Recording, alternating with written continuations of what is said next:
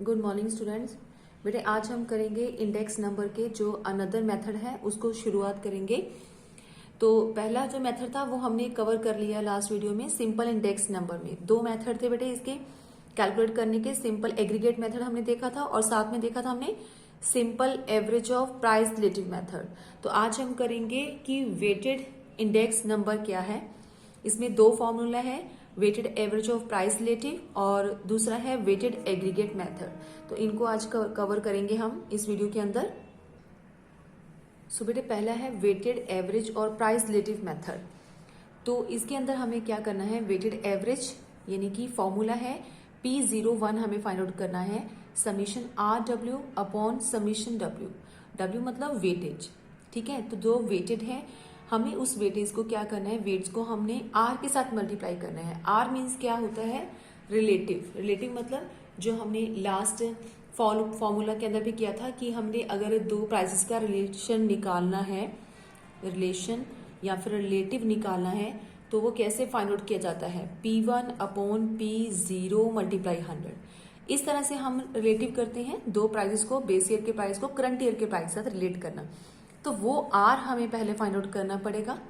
फिर find out करके जो भी R आएगा हर एक आइटम का उसको उसके वेटेज के साथ मल्टीप्लाई करेंगे और लास्ट में उनका सम कर देंगे, राइट। इट मीन्स कि according to this method weighted sum of the price relative is divided by the sum total of weightage. तो वेटेज का हम डिवाइड भी कर देंगे। इसको समझने के लिए हम एक एग्जांपल ले रहे हैं।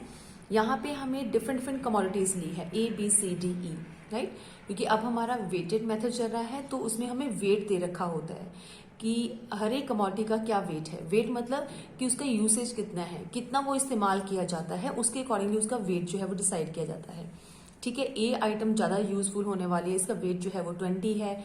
ई आइटम कम यूजफुल होती है, कुछ ऐसी चीज जो कि लोग कम इस्तेमाल करते हैं, उसका वेटेज हमने 6 रखा है। तो उनके हमने दो प्राइसेस लिए हैं इस तरह की कमोडिटीज के। 2014 का हमें प्राइस दिया हुआ है, 2015 का भी हमें प्राइस गिवन है और हमें बोला जाता है कि हमें वेटेज इंडेक्स निकालना है। किस मेथड के थ्रू, प्राइस रिलेटिव मेथड के थ्रू हमें वेटेज इंडेक्स निकालना है। तो हमें क्या क्या पता होना चाहिए, R और W हमें पता चाहिए। इसी चीज को हम क्या बोलते हैं, वेटेज। वो हमें गिवन है क्वेश्चन में और हमें क्या निकालना है इस क्वेश्चन में, सिर्फ और सिर्फ R अभी फाइंड आउट करना है। तो सबसे पहले हम R फाइंड आउट करेंगे। R कैसे निकलेगा बेटे, यहाँ पे P1 अपॉन P0 मल्टीप्लाई 100 अगर करते जाएंगे तो R हमें सॉल्व हो जाएगा। P1 अपॉन P0 यानी कि P1 कितना है 35 अपॉन P0 कितना है 20 और मल्टीप्लाई 100। तो इस तरीके से अगर हम सॉल्व करेंगे तो हमारे पास आ जाएगा R, जैसे कि 35 अपॉन 20 मल्टीप्लाई 100 तो वो आ जाएगा 175, राइट। इसी तरह से 18 अपॉन 15 मल्टीप्लाई 100 तो इसका आ जाएगा 120। इसी तरह से पूरी आइटम्स का अलग अलग जितनी भी ABCD गिवन है उसका हम रिलेटिव निकाल लेंगे। इनकी प्राइस को कंपेयर करेंगे, बेस ईयर के प्राइस को करंट ईयर के साथ करके हम उनका रिलेशन फाइंड आउट कर लिया, ठीक है। वो बन जाएगा इस तरह से। आइटम हमारे पास आ गई 175, 120, 110, 100 एंड 125। अब हमें R तो पता चल गया, R को हमने वेटेज के साथ मल्टीप्लाई करके एक और कॉलम हमें ड्रॉ करना पड़ेगा। तो वो कैसे बनेगा हमारे पास, तो हम यहाँ पे जो कॉलम बनाएंगे उसमें करेंगे R को W से मल्टीप्लाई यानी कि वेटेज के साथ। तो 175 मल्टीप्लाई 20 किया वो आ जाएगा 3500, 120 मल्टीप्लाई 12 1440, 110 को 8 के साथ मल्टीप्लाई किया 880, उसके बाद 400 और उसके बाद 125 को 6 से मल्टीप्लाई किया 750। इनको समीशन करेंगे हम क्योंकि हमें फॉर्मूला में इसकी रिक्वायरमेंट है। तो वो उसका टोटल करके आ जाएगा 6970 और साथ में हमें वेटेज का भी टोटल करना पड़ेगा जो कि आ जाएगा 50। तो हमें P01 फाइंड आउट करना है। तो कैसे लिखेंगे, फॉर्मूला क्या है हमारे पास, समीशन RW और समीशन W यानी कि 6970 को 50 से अगर हम डिवाइड करके चेकआउट करते हैं तो वो आ जाएगा हमारा आंसर 139.4। ये आ गया हमारा इंडेक्स नंबर, ठीक है। तो यानी कि जब हम वेटेज मेथड करते हैं तो प्राइस रिलेटिव पहले आपको फाइंड आउट करना पड़ता है, उसका नेम भी ऐसा ही है, वेटेज एवरेज और प्राइस रिलेटिव।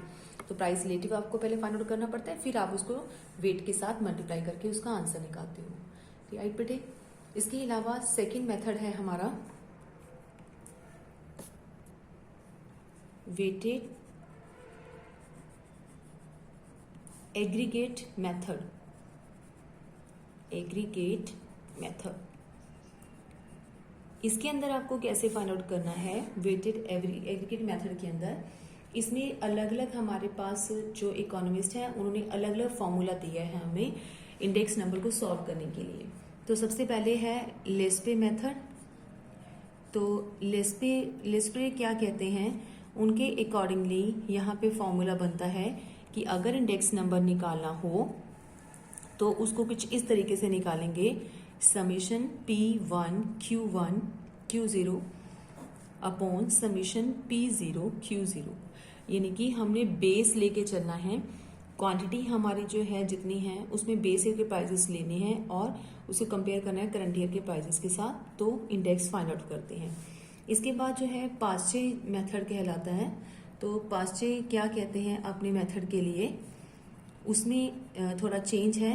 उनके अकॉर्डिंगली P01 हम फाइंड आउट करेंगे समीशन P1 Q1 के साथ समीशन P0 Q1 के साथ। उन्होंने क्वांटिटी को इम्पोर्टेंस दी है कि क्वांटिटी हमें करंट ईयर की रखनी है, चाहे आप पहले के प्राइसेस के साथ मल्टीप्लाई करके चेकआउट कर लो या फिर न्यू प्राइसेस के साथ। जो लेस्पे मेथड था उसमें क्वांटिटी हम लेते हैं बेस ईयर की क्वांटिटी, ठीक है। तो उसी क्वांटिटी को बेस ईयर के जो है उसमें जो आंसर आया है और उसी बेस ईयर की क्वांटिटी को आज के प्राइसेस का मल्टीप्लाई करके वो चेकआउट करते हैं।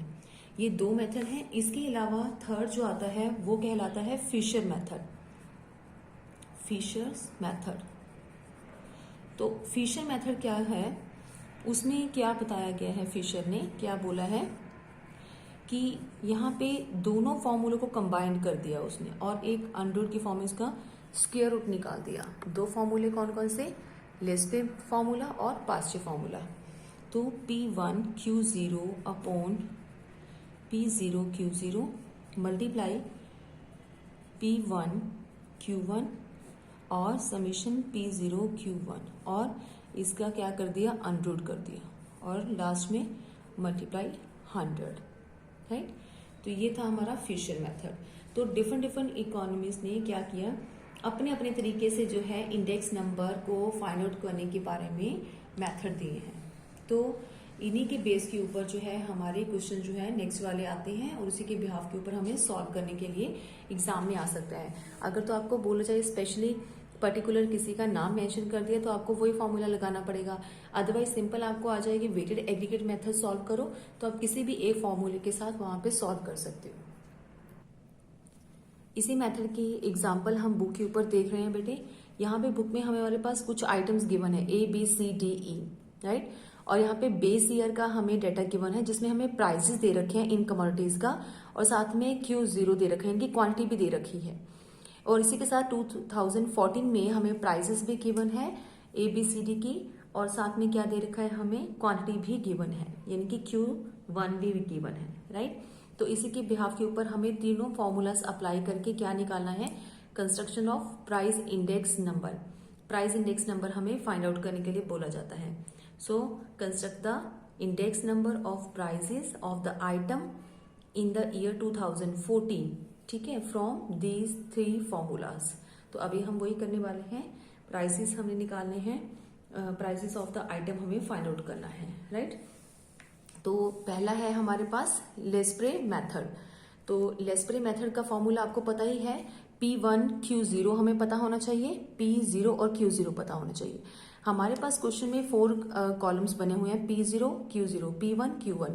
तो पहले हम P0 Q0 P1 और Q1 एज इट इज हम अपने आंसर के लिए यहाँ पे नोट डाउन कर लेते हैं।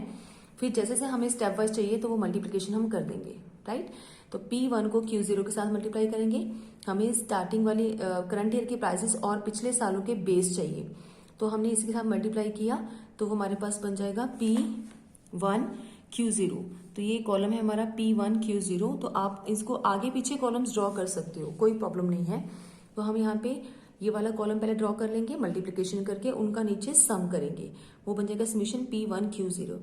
और लेस्प्रे मेथड में हमें नीचे क्या चाहिए, बेस ईयर का प्राइस को बेस ईयर की क्वांटिटी के साथ हमें मल्टीप्लाई करना है। P0 और Q0 को मल्टीप्लाई किया 100 और उसके बाद फिर हमारे पास आ जाएगा इसका आंसर 105।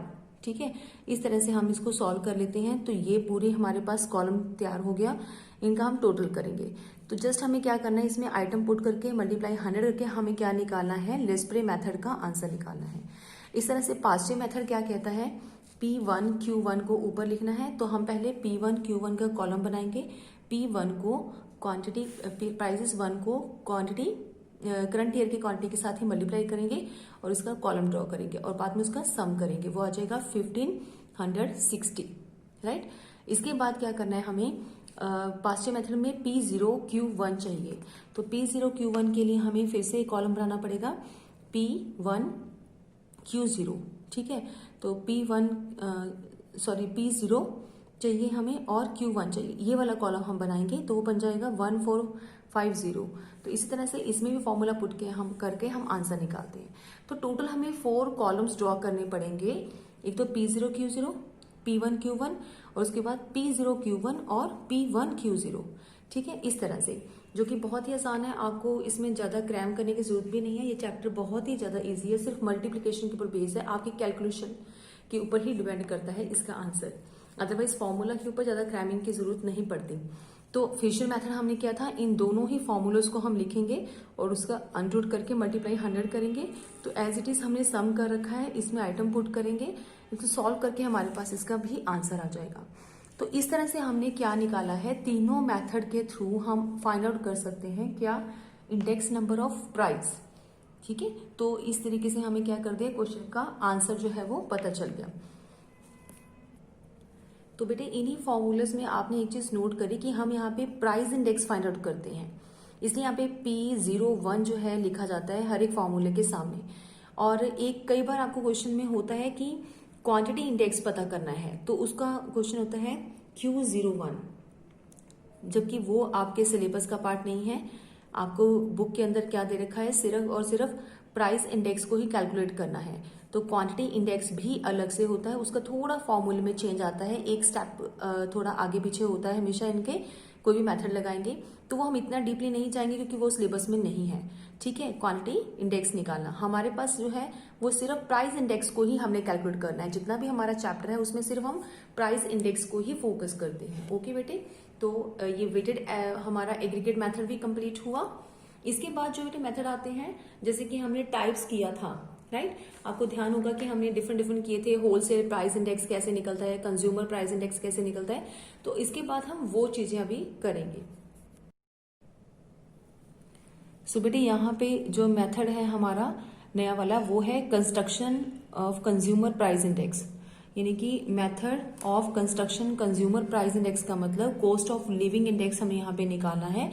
इसको हम पहले डिस्कस कर चुके हैं कि क्या होता है कंज्यूमर प्राइस इंडेक्स, राइट। इसका ज्यादा थ्योरेटिकल पार्ट हमें जाने की जरूरत नहीं है, सिर्फ आपको मीनिंग पता होना चाहिए, जो कि हमने डिस्कस कर लिया था टाइप्स के अंदर। तो इसमें मेथड पे हम करेंगे एग्रीगेट एक्सपेंडिचर मेथड होता है, दो तरीके से हम इसको सॉल्व करते हैं, या फिर फैमिली बजट मेथड। तो पहला आता है एग्रीगेट एक्सपेंडिचर मेथड। इसमें हम निकालना क्या है, कंज्यूमर का प्राइस इंडेक्स निकालना है।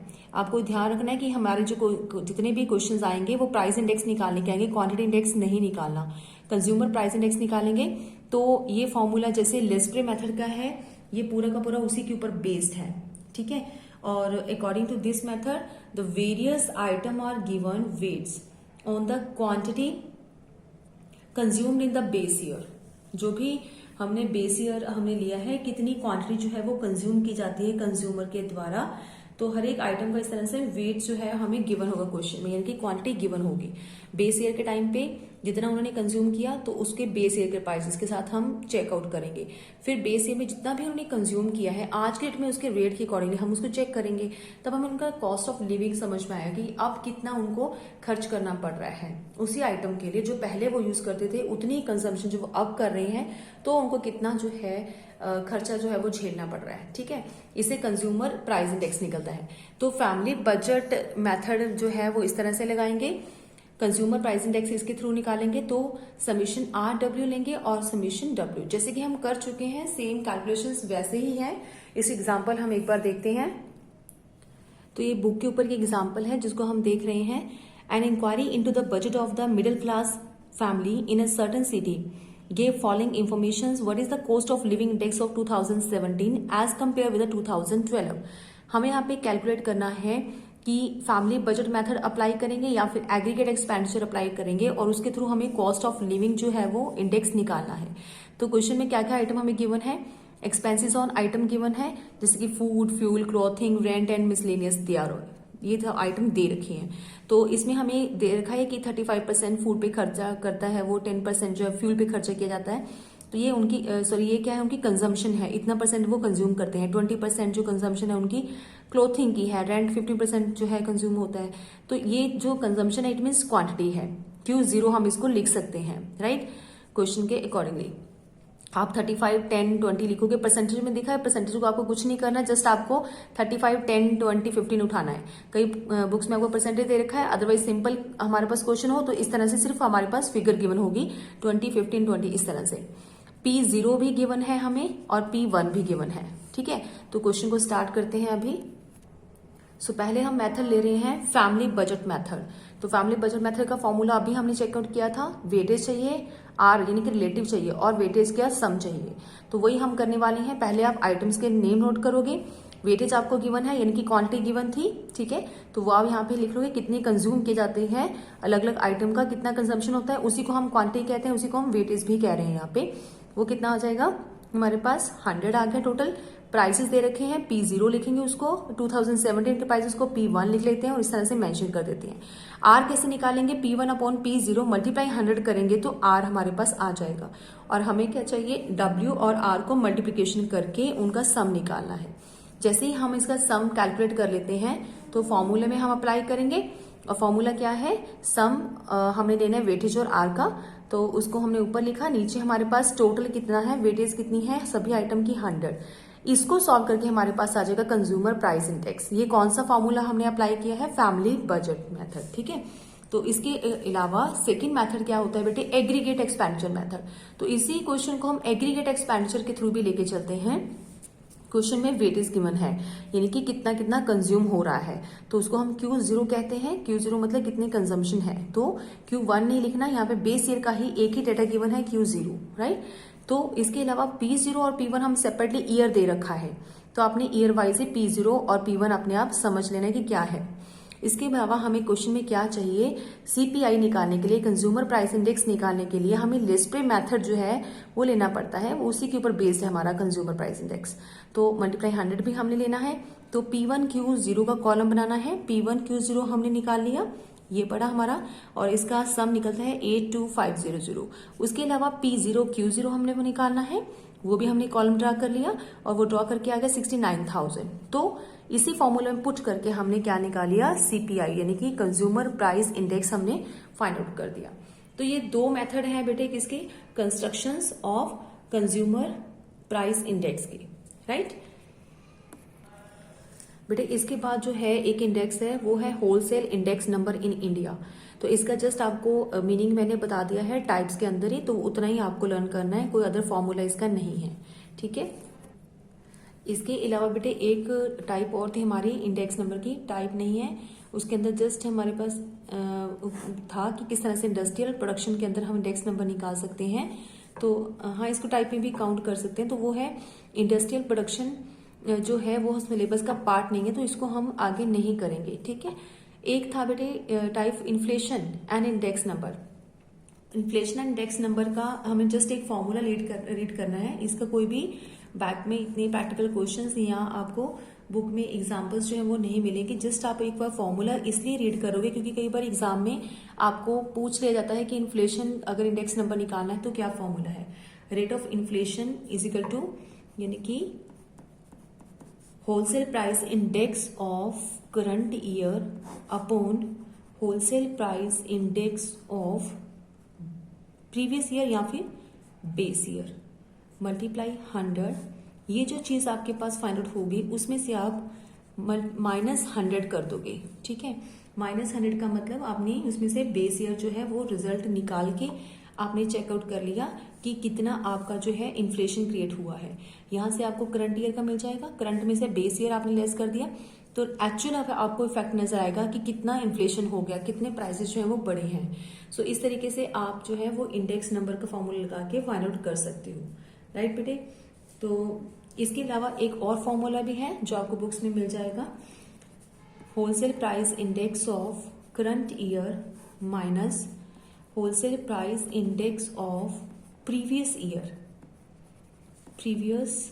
Year upon wholesale price index of previous year, right. और इस चीज को लेके आप इसको 100 से मल्टीप्लाई अगर आप करते हो तो ये भी एक फॉर्मूला है जिसके बेस के ऊपर हम इसको सॉल्व कर सकते हैं, ठीक है। तो बेटे ये दो फॉर्मूलाज हैं जो इन्फ्लेशन एंड इंडेक्स नंबर के लिए हैं। तो इसको जस्ट आप क्या करोगे, सिर्फ फॉर्मूला इसका थोड़ा रिवाइज कर लोगे। यहाँ पे आप बेस ईयर भी लेते हो, बुक्स में कई बार प्रीवियस ईयर लिखा जाता है, तो एक ही बात है, प्रीवियस ईयर को ही हम यहाँ पे बेस ईयर लेंगे क्योंकि इन्फ्लेशन है तो हम सिर्फ पिछले साल के डेटा को लेके ही हम कंपैरिजन करते हैं मोस्टली, ठीक है, कि पिछले साल से इस साल तक कितना चेंज आया है। तो हम क्या लेते हैं, नॉर्मली प्रीवियस ईयर भी लिखा हो सकता है यहाँ पे, राइट बेटे। सो बेटे इसी के साथ आपका जो चैप्टर है ये क्लोज होता है। जितना थ्योरेटिकल पार्ट बेटे मैंने करवाया है वही उतना ही आपको यहाँ से करना है। अदर ज्यादा थ्योरेटिकल पोर्शन हम यहाँ पे करने की रिक्वायरमेंट नहीं है क्योंकि हमें सिर्फ एग्जाम्पल जो है प्रैक्टिकल क्वेश्चन इस चैप्टर में से बनता है वही हमारे पास आता है। तो जितना हमने कवर कर लिया वही थ्योरेटिकल आप करोगे और साथ में प्रैक्टिस करोगे जितने भी प्रैक्टिकल क्वेश्चन हमने किए हैं डिफरेंट मैथड्स के अंदर, राइट बेटे। तो बेटे इसके साथ हमारा सिलेबस खत्म हो गया। आई होप आपको कॉन्सेप्ट क्लियर हो गए होंगे जितने भी चैप्टर्स हमने किए हैं। अगर किसी भी चीज में आपको डाउट लगता है तो आप मेरे से पूछ सकते हो ताकि हम उस वीडियो को दोबारा कर लें या उस चैप्टर को एक बार फिर से रिवाइज कर लें जितने भी चैप्टर आपको डाउटफुल लगते हैं। Okay students.